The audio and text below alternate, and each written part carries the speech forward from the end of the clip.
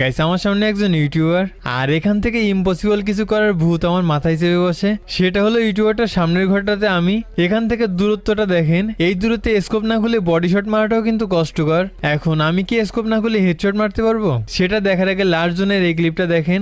ভাই আমার টিমে কি আছে দেখতে পাবো না ভাই? আরে শাল, মারলেন আপনি। আরে শালা, এ ও কি ভাই সেলফি? এখানে আমার টিমমেট ভেবেছিল বুয়া হয়ে গেছে, যার জন্য রিল্যাক্স করতেছে। ও বইয়া হয় নাই। আর আমরা বাস বইয়া গেছে গা। আরে যাই হোক, তো এবার ইউটিউবারের ক্লিপে ব্যাক করা যাক।